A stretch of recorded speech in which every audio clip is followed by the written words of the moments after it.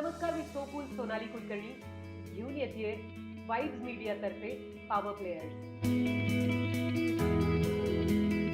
नमस्कार, मी सोकूल सोनाली. वाइब्स मीडियाच्या पॉवर प्लेयर्समध्ये तुम्हा सगळ्यांचं मनापासून स्वागत. आज आपले गेस्ट आहेत doctor Sachin Jadhav. Modern surgery आणि आयुर्वेद याचा प्रभावी पद्धतीनं समन्वय साधणारे ते एक निष्णात डॉक्टर आहेत. भारत सरकारकडून त्यांना इंटरनॅशनल एक्सलन्स अवॉर्ड मिळालेला आहे.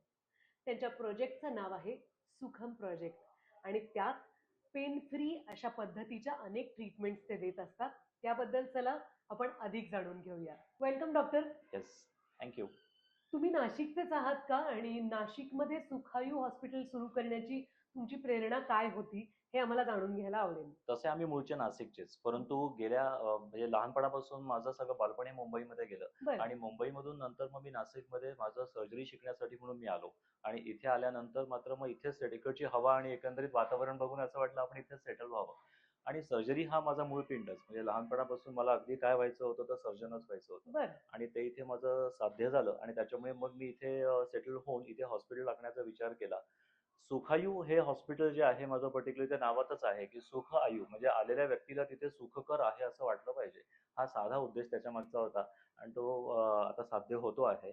सध्या माझं एक 15 बेडचं छोटं हॉस्पिटल आहे आणि बरं. आता एक 40 बेडचं इथे चांशी म्हणून एरिया आहे, त्या चांशीमध्ये 40 बेडचं हॉस्पिटलचा माझा प्लॅन आहे.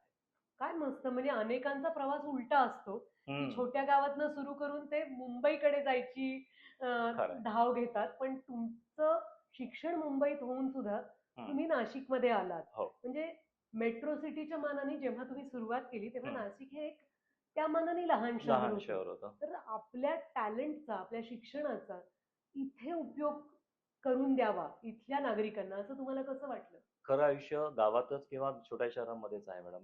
म्हणजे ती दुनिया खोटी आहे असं मला म्हणायचं नाहीये, परंतु खऱ्या अर्थाने जेव्हा आपल्याला आयुष्य जगायचं असतं ना, तर मला असं वाटतं छोट्या शहरांमध्ये आपण 1 to 1 कनेक्शन हे खूप चांगलं असतं.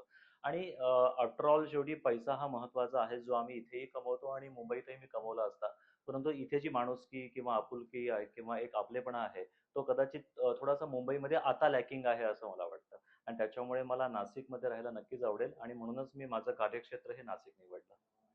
जसं तुम्ही कार्यक्षेत्राबद्दल इतक्या क्लॅरिटीने बोललात, तसंच तुम्ही जे वेगवेगळे प्रयोग मेडिसिन मध्ये केलेत, हम्म. म्हणजे मी हे इमॅजिनच करू शकत नाही की आयुर्वेद हम्म. आणि मॉडर्न सर्जरी हम्म. याचा मेळ घालता येऊ शकेल. बरोबर आहे. तुम्ही तुम्ही ही जादू कशी घडवली, ते साध्य करता येऊ शकतं, अगदी हा आत्मविश्वास किंवा हे प्रयत्न करून बघावा ही बरोबर. प्रेरणा तुम्हाला कशी मिळाली? मुळातच सर्जरी हे एक स्किल आहे, म्हणजे हम्म. त्याच्यासाठी तुम्ही कुठल्याही पॅथीचा त्याचा काही संबंध नाहीये. म्हणजे जर मला एखाद्याचं अपेंडिक्स काढायचं आहे तर अपेंडिक्स काढण्यासाठी ॲलोपॅथी डॉक्टर वेगळ्या पद्धतीने काढेल आणि आयुर्वेदिक डॉक्टर वेगळ्या पद्धतीने काढेल असं नाही. It's a skill job. सर्जरीचा उद्गाता ज्याला अख्ख्या जगामध्ये म्हटलं जातं, त्या सुश्रुताचं नावही आज बऱ्याच लोकांना माहिती नाहीये, परंतु त्या सुश्रुताचेच आम्ही अनुयायी आहोत आणि त्याच्यामधून सर्जरी हे आपल्यामध्ये हातामध्ये स्किल असावं असं मला पहिल्यापासून वाटत होतं आणि ते मी डेव्हलप करत गेलो. राहिला प्रश्न आयुर्वेदाचा, तर आयुर्वेदाच्या मूळ 8 अंगांपैकी एक आयुर्वेदामध्ये शल्यतंत्र हा एक महत्वाचा भाग आहे. आणि बऱ्याच लोकांना याची कल्पना नाहीये. मलाही नाहीये. आणि त्याच्यामुळे अनेक हजारो शल्यतंत्रज्ञ नाशिकमध्ये आणि अख्ख्या भारतामध्ये चांगल्या पद्धतीने काम करत आहेत. विशेष म्हणजे आता भारत सरकारनेही आयुष मंत्रालयाने त्याला मान्यता दिलेली आहे आणि त्याच्यामुळे आणि तुम्हाला पुरस्कारही दिलेले आहे ज्याचा आम्हाला खूप अभिमान वाटतो. Yes, thank you thank you. पण आयुर्वेद म्हणलं की असं वाटतं की काहीतरी पुड्या, काहीतरी चाटण आणि लॉंग प्रोसेस. नाही, मुळात आयुर्वेद हा जो आहे हे एक लाईफस्टाईल आहे. खरं सांगायला आयुर्वेद ही कुठलीही पॅथी नाही, म्हणजे कुठलाही आजार बरा करण्यासाठीच हे शास्त्रच नाहीये. तर एखाद्या व्यक्तीने आजारी पडूच नये याच्यासाठी काय करता येईल याच्यासाठी 95% आयुर्वेद हा काम करतो. परंतु आपल्याकडे काय झालंय की मानसिकताच अशी झाली आहे की फक्त आजारी पडल्यानंतर डॉक्टरांकडे जायचं. तर मुळात हा आयुर्वेद खरा आपल्या आजीला माहितीये. खऱ्या अर्थाने आपल्या घरातल्या वृद्ध व्यक्तींना तो आयुर्वेद माहितीये की कसं जगलं पाहिजे, कसा विचार केला पाहिजे. पण या गोष्टींपासून थोडंसं आपण लांब होत चाललेलो आणि याच्याकडे एक प्रोफेशन म्हणून बघितलं जात आहे. परंतु आयुर्वेद आणि शल्यतंत्र या दोघांचाही एक संगम साधावा असं माझी पहिल्यापासून इच्छा होती आणि मला असं वाटतं मी सक्सेसफुली आज ते करतोय. फॅन्टॅस्टिक. पण याचा अर्थ असा आहे का की प्रिव्हेन्शन हेच मूळ किंवा हीच खरी ट्रीटमेंट आहे? अगदी बरोबर आहे. कारण प्रिव्हेन्शन जर आजार निर्माणच झाला नाही, तर तुम्हाला डॉक्टरांकडे जाण्याची तशी गरजच पडणार बरोबर. नाही. परंतु जसं आता माझं जे हे कार्यक्षेत्र आहे, जसं मी सांगितलं, की सुखायूमध्ये सुखम नावाचा मी जो प्रोजेक्ट राबवतो आहे, याच्यामध्ये पाईल्स, फिशर, फिस्चुला हे जे आपले गुदभागामध्ये होणारे जे आजार आहेत, याचं मूळ कारण खरं तर तुमची लाईफस्टाईलच आहे. आणि लाईफस्टाईल म्हणजे फक्त तुमचं खाणं, पिणं, राहणं हे नाहीये, तर तुमचा विचार करण्याची पद्धत याच्यामुळे सुद्धा तुम्हाला मूळव्याधाचा किंवा फिशरचा त्रास होऊ शकतो. तर त्याच्यामुळे तुमचं लाईफस्टाईल आणि तुमची मानसिक अवस्था ही जर व्यवस्थित राहिली, तर तुम्हाला आमच्याकडे येण्याची गरजच पडणार नाही. तुमच्या तोंडात साखर माहित नाही ऍपल पडो कदाचित. म्हणजे ऍपल किड्स डॉक्टर हवे. ओके. डॉक्टर, हे जे अॅनोरेक्टल डिसीजेस राईट, राईट, राईट. अॅनोरेक्टल. त्याबद्दल अनेक गैरसमज असतात, हम्म, हम्म, भीती असते. हम्म. तर असे काही गैरसमज तुम्ही ऍड्रेस कराल आमच्यासाठी? मुळात ह्या आजाराबद्दल लोकांचं असं म्हणणं आहे, की हे तर होतच प्रत्येकाला किंवा पाईल्स, फिशर. मुळात फिशर म्हणजे त्या ठिकाणी चिरा जाणं संडासच्या हम्म. ठिकाणी आणि हे अत्यंत वेदनादायक असतं. हे जास्त करून पुरुषांमध्ये होतं की असं काही नाही? असं काही नाहीये. दोघांमध्ये सुद्धा प्रमाण हे साधारण सारखंच आहे. त्यामध्ये बरं. फिस्चुला नावाचा जो प्रकार आहे, ज्याला आपण बगंदर असं म्हणतो, तो हम्म. पुरुषांमध्ये होण्याचं प्रमाण हे नॅचरली जास्त आहे. ओके. मुळात फिशर आणि हिमोरॉइड्स म्हणजे पाईल्स जे आहेत, हे स्त्रियांमध्ये जास्त होतात. त्याला कारण प्रेग्नन्सी, पाळीचे आजार वगैरे किंवा ओबेसिटी, थायरॉइड हे अशा प्रकारचे आजार स्त्रियांमध्ये जास्त असतात. बरं. आणि त्याच्यामुळे हा आजार जो आहे, हा स्त्रियांमध्ये उलट जास्त प्रमाणामध्ये बघायला मिळतो. ओ, हम्म. पण त्याबद्दल काही न्यूनगंड असतात का, संकोच असतात का? मुळात साहजिक आहे, कारण त्या अशा जागेचा आजार आहे की तो सहन होत नाही, सांगता येत नाही असा प्रकार असतो. बरोबर आहे. त्याच्यामुळे बऱ्याचदा हा आजार लपवला जातो आणि लपवला गेल्यामुळेच हा आजार हा वाईट स्वरूप प्राप्त करतो आणि जो सर्जरीपर्यंत जातो. मुळात या आजाराच्या काही ग्रेड्स आहेत, first grade, second grade, third grade, प्रत्येक म्हणजे मूळव्याध असो, फिशर असो किंवा फिस्चुला. परंतु जर लवकर तो लक्षात आला, तर आम्ही त्याला लवकरात लवकर औषधोपचारांनी किंवा अगदी साध्या लाईफस्टाईल करेक्शनने पण बरं करू शकतो.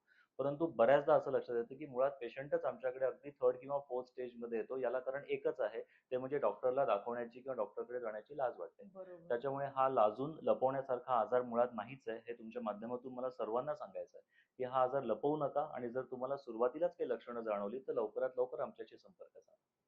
फार महत्वाचं आहे हे, कारण अनेकदा असं म्हणतात की घरी जेव्हा लहान मूल जन्माला येतं आणि ते जर समजा स्लो असेल, हम्म, तर अनेकदा सुखवस्तू कुटुंब त्याकडे दुर्लक्ष करतात, कारण हम्म. त्यांना असं वाटत असतं आमच्याकडे असं काही होणारच नाही. होणारच नाही.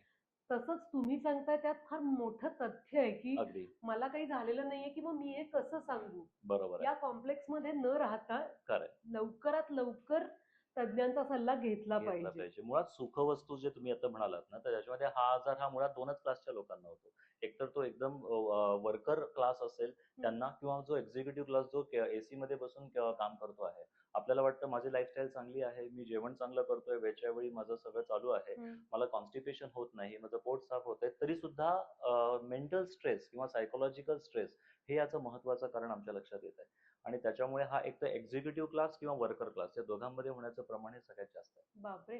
आणि याला काही वयोमर्यादा आहेत की अमुक वयानंतर किंवा अमुक वयाच्या माणसांनाच हा त्रास जास्त होतो? मुळात लहान मुलांमध्ये हे होण्याचं जे जेनेटिक डिसऑर्डर्स असतील तर गोष्ट वेगळी, परंतु लहान मुलांमध्ये याचं प्रमाण कमी आहे. बरं. साधारण तरुण वयामध्ये वयवर्ष 25 ते 60 या दरम्यान हा आजार होण्याची शक्यता जास्त असते, पण तसं काही त्याला वयोमर्यादा नाही. हा वृद्ध व्यक्तींमध्ये सुद्धा हा होऊ शकतो. होऊ शकतो. हम्म. तुम्ही बोलताना आता तुमच्या नव्या हॉस्पिटल बद्दल सांगितलं. सुखायू हे तुमच्या हॉस्पिटलच्या ब्रँडचं नाव आहे ब्रँडचं नाव आहे, बरोबर. आणि त्याद्वारे तुम्ही एक प्रोजेक्ट सुरू केलेलं आहे. बरोबर आहे, खरं तर आहे. त्या प्रोजेक्ट बद्दल आम्हाला सांगा. येस, मुळात सुखायू हे मल्टी स्पेशालिटी हॉस्पिटल आहे. त्याच्यामध्ये इतर सर्व सर्जरीज या होतातच, परंतु ही गरज लक्षात घेऊन किंवा पाईल्स, फिशर आणि फिस्चुला यासाठी उत्तर महाराष्ट्रामध्ये अशा प्रकारचं एक डेडिकेटेड सेंटर असावं, की जिथे अंडर वन रूफ सर्व प्रक्रिया ज्या आहेत किंवा सर्व जे ऑपरेशनचे प्रकार आहेत, जे लेटेस्ट टेक्नॉलॉजी आहेत, त्या इथे उपलब्ध व्हाव्या या उद्देशानेच मुळात हे सुखम नावाचा मी प्रोजेक्ट सुरू केला. आणि त्याच्यामध्ये पाईल्स, फिशर आणि फिस्चुला या आजारांसाठी असणाऱ्या सगळ्या ज्या जगामध्ये बेस्ट ज्या सर्जिकल मॉडेलिटीज आहेत किंवा डायग्नोस्टिक मेथड्स आहेत, त्या अंडर वन रूफ इथे नाशिकमध्ये आता मी सुरू करतोय. फॅन्टॅस्टिक. म्हणजे पेशंट तुमच्याकडे आल्यानंतर त्याला खडखडीत बरं होऊन जाण्याची हमी तुम्ही देताय. अगदी. डॉक्टर, अनेकदा समजत नाही की आपण ज्या डिझिजेस बद्दल बोलतोय त्याचा आणि आपल्या जीवनशैलीचा काय संबंध असतो एकमेकांशी. कारण आज आपल्यामध्ये अवेअरनेस आलेला आहे खरं म्हणजे. हम्म. म्हणजे अनेक तरुण सुद्धा आता व्यायामाकडे बघतात. अगदी बरोबर अ, आहे.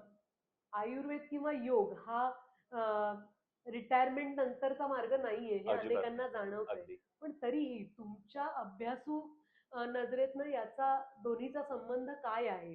100% डिसीजेस आणि लाईफस्टाईल हे आम्हाला समजावून अगदी सांगा. बरोबर आहे. मी जसं मगाशी म्हटलं, की मानसिकतेचा संबंध आहे, तसं लाईफस्टाईल म्हणजे अगदी दिनचर्या आणि ऋतुचर्या तुमची कशी आहे. तुम्ही सकाळी उठल्यापासून ऋतुचर्या हा किती सुंदर शब्द आहे. मी पहिल्यांदा ऐकला. हां, म्हणजे बघा आयुर्वेदाबद्दल आपली एवढी अनास्था आहे, की आपल्या ऋतुचर्या माहिती नाहीये, सॉरी. परंतु बरोबर. मुळातच दिनचर्या हा जो आहे, ही सकाळी उठल्यापासून तुम्ही रात्री झोपेपर्यंत कसं वागताय. हं. सकाळी उठल्यानंतर पाणी प्यायचं की नाही, त्याच्यानंतर सकाळी उठल्यानंतर तुम्ही अंघोळ कशी करता आहे, तुमचं पोट साफ होतं म्हणजे कसं साफ होतं आहे. मलदर्शनम करावं. कदाचित तुम्हाला ऐकायला विचित्र वाटेल, परंतु आजकाल आपण इंग्लिश कमोड वापरतो आणि त्याच्यामुळे आपण आपल्या टॉयलेटचं स्वरूप कसं आहे, हे आपल्या लक्षातच येत नाही. बरोबर. पहिलं जर तुम्ही टॉयलेटचं स्वरूप बघत असाल दररोज, तर तुमच्या पोटाची परिस्थिती कशी आहे, तुमची पचन प्रक्रिया कशी आहे याचा आपल्याला अंदाज येतो. त्यानंतर जेवताना आपण जेवण कसं करावं? आज आपण बघतो की ते एकीकडे सोशल मीडिया चालू स्क्रीन चालू असतं आहे. आणि आपण जेवण करतोय. तर त्या जेवणाकडे आपलं लक्षच नाहीये आणि याच सगळ्या गोष्टींमुळे मुळात आपली पचन प्रक्रिया मुळात बिघडते. कॉन्स्टिपेशन हे सगळ्यात महत्त्वाचं कारण आहे. तुमची पोट साफ न होणं हं. आणि पोट साफ न होण्यामुळे हे सगळ्या तक्रारी होण्याची शक्यता सर्वात जास्त असते. तर लाईफस्टाईलचं महत्त्व दुपारची झोप आहे, रात्रीचं जागरण आहे, सोशल मीडिया आहे, जंक फूड आहे, बाहेरचं खाणं आहे, त्याच्यानंतर पाणी पिण्याचं प्रमाण कमी असणं आहे किंवा अति पाणी पिण्याचं प्रमाण आहे. जसं तुम्ही म्हणालात, की न्यू जनरेशनमध्ये अगदी मुलं जिम वगैरे एक्सरसाइज करतायत. अतिरिक्त प्रोटीन डाएट घेणं किंवा त्याच्यावरती जेवढ्या प्रमाणात पाणी प्यायला पाहिजे तेवढं पाणी न पिणं, अशा अनेक गोष्टी याच्या फायबर फूडचा आहारामध्ये अंतर्भाव कमी असणं, म्हणजे फक्त नॉन व्हेजिटेरियन किंवा व्हेजिटेरियन व्हॉटएव्हर, परंतु फायबर आहारामध्ये नसणं. अशा अनेक गोष्टी आहेत, की ज्याच्यामुळे तुमच्या पचन प्रक्रियेवरती एक तणाव येतो आणि त्याच्यातून हे सर्व आजार खरं तर निर्माण होत असतात. तुमच्या बोलण्यातनं एक जाणवतंय डॉक्टर, की एक थोडंसं योगिक मानसिकता पाहिजे आपली. खरंय. म्हणजे आयुर्वेदाकडून तुम्ही माणसांना अ, योगिक प्रक्रियेकडे नेण्याचा प्रयत्न करताय का? कारण अ, तुमच्याशी बोलताना एक पेशंट म्हणून म्हणा किंवा नॉर्मल माणूस म्हणून मला एक विश्वास वाटतोय, की तुम्ही चांगला मार्ग दाखवाल. हं. जेणेकरून मनाची शांती, शरीराची शांती या दोन्ही गोष्टी महत्त्वाच्या आहेत. खरंय. तर याला योगच चित्तवृत्ती निरोधा, योगाची व्याख्याच चित्तवृत्ती निरोधा आहे. त्याच्यामुळे तुमची मानसिकता म्हणजे तुम्हाला प्रत्येक गोष्टींची टेम्पटेशन्स असणारच आहेत. परंतु त्या प्रत्येक टेम्पटेशनला तुम्ही किती थांबवता आहात याला हं. सुद्धा महत्त्व आहे. म्हणजे मला अतिरिक्त खायचं आहे किंवा मला अल्कोहोल घ्यायची आहे, परंतु ते जर तुम्ही त्याला थांबवू शकत नसाल किंवा अति मांसाहाराचं सेवन करणार असाल, बरोबर. तर त्याच्यामुळे हे त्रास होणारच आहे. तुम्ही म्हणताय ते बरोबर आहे. आपण ज्या डिसीजेस बद्दल बोलतोय, ते डिसीजेस होऊ नयेत भविष्यात, हं. यासाठी सगळ्या माणसांनी काय काळजी घेतली पाहिजे त्यांच्या आहारात किंवा ओव्हरऑल हं. आयुष्यात काय काळजी घेतली पाहिजे? सर्वात महत्त्वाचं म्हणजे तुमचं फायबर डाएट हा सगळा प्रॉपर पाहिजे. तुमचं पोट साफ होतं आहे की नाही हा प्रश्न स्वतःला सकाळी विचारल्याशिवाय तुम्ही घराच्या बाहेर पडायचं नाही. हं. हा अगदी सोपा मार्ग आहे. त्याच्यानंतर तुम्हाला भूक लागलाय फायबर म्हणजे तुमच्या तंतुयुक्त पदार्थ म्हणजे करेक्ट. जसं आपण संत्र, मोसंबी आहे, तर फळं, त्याच्यातले जे भाज्या, सॅलड. भाज्या, सॅलड वगैरे आहे हे आणि ज्याच्यामुळे तुमच्या टॉयलेटची क्वांटिटी वाढते आणि बऱ्याचदा आपल्या लक्षात येतं की आपण ब्रेड, मैद्याचे पदार्थ हे जे आहारामध्ये घेतो आणि त्याच्यामुळे टॉयलेट ही हार्ड होण्याची शक्यता जास्त असते. बरोबर. तर ज्याच्यामुळे जसं मनुके आहेत, डेट्स आहेत, नंतर तुमचे संत्र, मोसंबी जसं मी सांगितलं, इसबगोल आहे. अगदी रात्री झोपताना दूध आणि तूप घेणं हा अतिशय चांगला मार्ग आहे की ज्याच्यामुळे पोट साफ होईल. दिवसातून एखादा ग्लास तुम्ही कोमट पाणी जरी प्यालात तरी सुद्धा फायदा होऊ शकतो. दुपारची झोप जरी बंद केली तरी सुद्धा फायदा होऊ शकतो.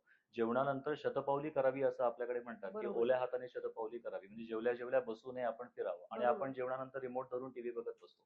तर या सगळ्या गोष्टी याला कारणीभूत आहेत, ज्याच्यामुळे हे आजार होतात. तर अजून काळजी घेण्याचं महत्त्वाचं कारण म्हणजे साध्य म्हणजे व्यायाम. तर आपण एक्झर्शनच नाहीये. आपण सेडेंटरी लाईफस्टाईल ही अतिरिक्त वाढलेली आहे. तर साधारण दिवसातून 2 ते 3 किलोमीटर तरी कमीत कमी तुम्ही चाललं फिरलं पाहिजे. तुमच्या चालण्याचा आणि तुमच्या पचन प्रक्रियेचा किंवा आतड्यांच्या हालचालींचा संबंध असतो. तर ही एक महत्त्वाची गोष्ट मला इथे सांगावीशी वाटते. मला खूप आशावादी वाटतंय, की मी आणि माझा नवरा कदाचित बरोबर वागतोय. कारण आम्ही राइट. आमच्यासाठी छोटे-छोटे नियम घालून घेतलेले आहेत, की बरोबर आहे. अ, शतपावली म्हटलं, की एकदम म्हातारं झाल्यासारखं वाटतं. हं. त्यापेक्षा आमचं दोघांचं कॅचिंग अप होतं. कधी कधी नाही बोलावं असं वाटत, कधी कधी काहीतरी सांगावं असं वाटतं. सांगावंसं जेवण वाटतं. झाल्यावर आम्ही दोघं जण एक छोटी फेरी मारत असतो. बरोबर आहे. त्याच बरोबरीने मला हे जाणवतंय डॉक्टर, की छोट्या मुलांमध्ये पालक आपल्या मुलांवर संस्कार कसे करावे, त्यांनी अभ्यास कसा करावा याच्यावर खूप जास्त लक्ष अति देतात. ताण आहे. पण त्या मुलांचं पोट साफ होतंय की नाही, कारण शाळेत आम्ही कधी कधी जातो तेव्हा कितीतरी मुलं टॉयलेटमध्ये गेलेली असतात. अगदी बरोबर आहे. तर उठल्यानंतर आपले प्रातर्विधी घरी करून हम्म. मग आपण अंघोळ करतो. बरोबर आहे. तर हे घडत नाही. सोनाली, मी आता सांगतो की मी आता माझ्याकडे जे पेशंट्स येतात ते दुपारी जे सकाळी मुलांची लवकर शाळा असते. बरोबर. मुलांचे डोळे उघडत नाहीत, त्यासोबत आई वडिलांचे डोळे उघडत नाहीत. त्याच्यामुळे ते मुलाला कसं तरी बुचकळायचं आणि शाळेत पाठवायचं अशी परिस्थिती आहे. ही मुलं संध्याकाळी 4:30-5 वाजेपर्यंत टॉयलेटला जात नाहीत. आणि त्यामुळे पर्टिक्युलरली मुलींमध्ये हे प्रमाण खूप जास्त आहे. मुलांचं तरी ठीक आहे बाबा, त्यांना जर समजा युरिनला लागली तर ते कुठेही जाऊन युरिन पास करू शकतात. मुलींच्या बाबतीत हे फार अवघड होऊन बसतं. आणि त्याच्यामुळे पुढे जाऊन तर हॉर्मोनल इम्बॅलन्स पर्यंत हे सगळे विषय घडतात. हो. त्यामुळे पोट साफ होणं हे सर्वात महत्त्वाचं आहे. आणि तुम्ही जे म्हणताय ते बरोबर आहे की लहान मुलांमध्ये याचं प्रमाण हे खूप जास्त विचित्र झालेलं आहे. म्हणजे अगदी मी अशा केसेस बघतो की आठवड्यातून 1 किंवा 2 वेळा ती छोटी मुलं टॉयलेटला जात आहेत. आणि मग त्यांना मुळव्याध होईल नाही तर काय. आणि वयाच्या 12व्या-13व्या वर्षी माझ्याकडे ऑपरेशनसाठी पेशंट्स येतात. बापरे. मग हे आपल्या पालकांची सुद्धा ही चूक आहे की पालकांनी या गोष्टींकडे तू म्हणतेस तसं लक्ष द्यायला पाहिजे. थँक्यू डॉक्टर, तुम्ही येस. आमच्या विचारात आणि आमच्या जीवनशैलीत महत्वाचा फरक पडेल असे अनेक पॉइंट्स आम्हाला सांगितलेत. आत्ता 40 बेडचं तुमचं जे हॉस्पिटल तयार होतंय तिथे अनेकांना सुखायू मिळू दे अशा अरे मी शुभेच्छा देते. Yes. Thank you so much. Thank you very much Sonali. Thanks.